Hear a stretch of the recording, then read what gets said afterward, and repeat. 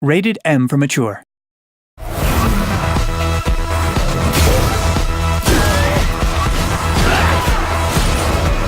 know. You've heard me say it again and again. But Creo cares.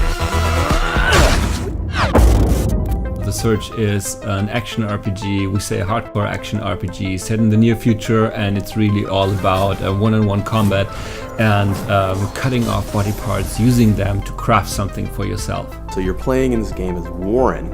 He's a new employee at this company called Creo. It's like a big mega corporation. They're trying to solve a lot of the problems in the world. Creo really has the task to repair environmental damage by shooting rockets with payloads in the atmosphere that are supposed to heal Earth's atmosphere.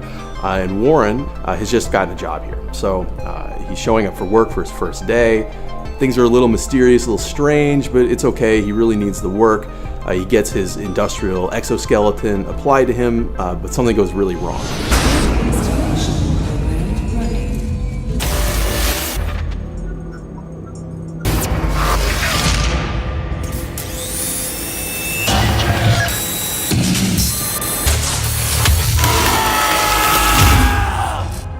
What happens is that Warren, after a blackout, wakes up and is in some kind of junkyard, and everything wants him dead, basically. And so what you're trying to do is help Warren to survive, to figure out what has happened in this place, and ultimately to escape.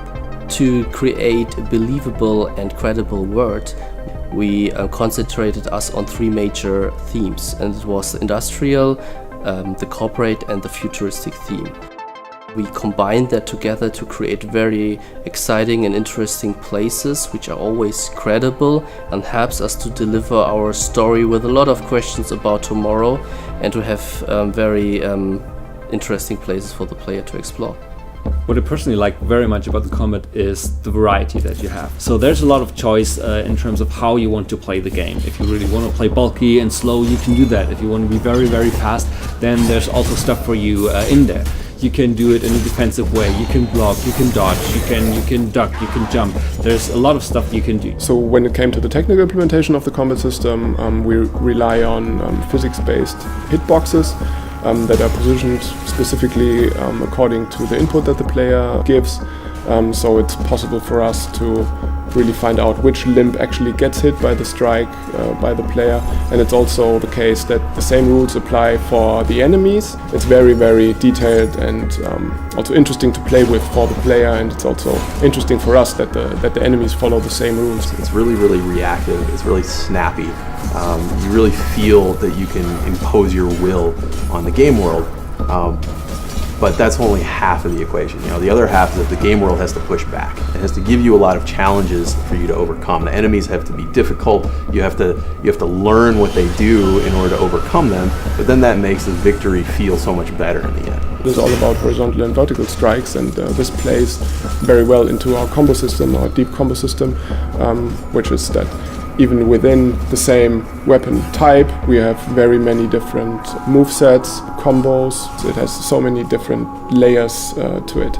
Where you strike on the enemy really makes a big difference in your combat. Of course, that wouldn't work out so well unless you're actually able to target specific body parts, which luckily is a main feature in our game. So you see an enemy, some of his body is armored, some of it's not armored, and then you get to decide, am I going to attack him in a vulnerable area and go for the kill, or am I going to attack him in an armored protected area, damage that armor, chop his limb off, loot it, and then go craft it for myself. That doesn't feel like you're just some overpowered superhero slashing people away or something. We don't have that, and we don't want that. We want really this engagement, this fear in the fight, and the reward is something you take from your enemy in a maybe sometimes very brutal way. We thought about how can we incorporate, for example, his exo rig in the best possible way. We wanted to make it look really heavy, but at the same time he needed to have this incredible speed, and he had this enormous power to him now. What we did was we attached like, I think, 20 something kilos to our stuntman and made him do even the fastest attacks with it to really show the weight we had there. When it came to the finishing moves, of course we wanted them to be as cool as possible, but On the other hand, we didn't want them to be that, let's say, fancy. We didn't want to have ballet-like or dancing moves in there, but we just wanted to show the brute force of our hero guy. There is a sense of pretty dark humor in the game, so it doesn't really take itself too seriously. I mean, it's a violent game, but it's really about fantasy violence. You're basically fighting monsters, but you will also see that there are a lot of people in this world, and some of them really had some issues with the new situation, and some of that you can resolve, and some things you just witness, but you need to pay attention. We really try to have different layers of story. Some of them are really important for you and some aren't, and some just lead you in the wrong direction. But again, it's about exploring, it's about you finding out what it is about. So you really take a look at things, you explore things, and bit by bit the story comes in if you like to experience it that way.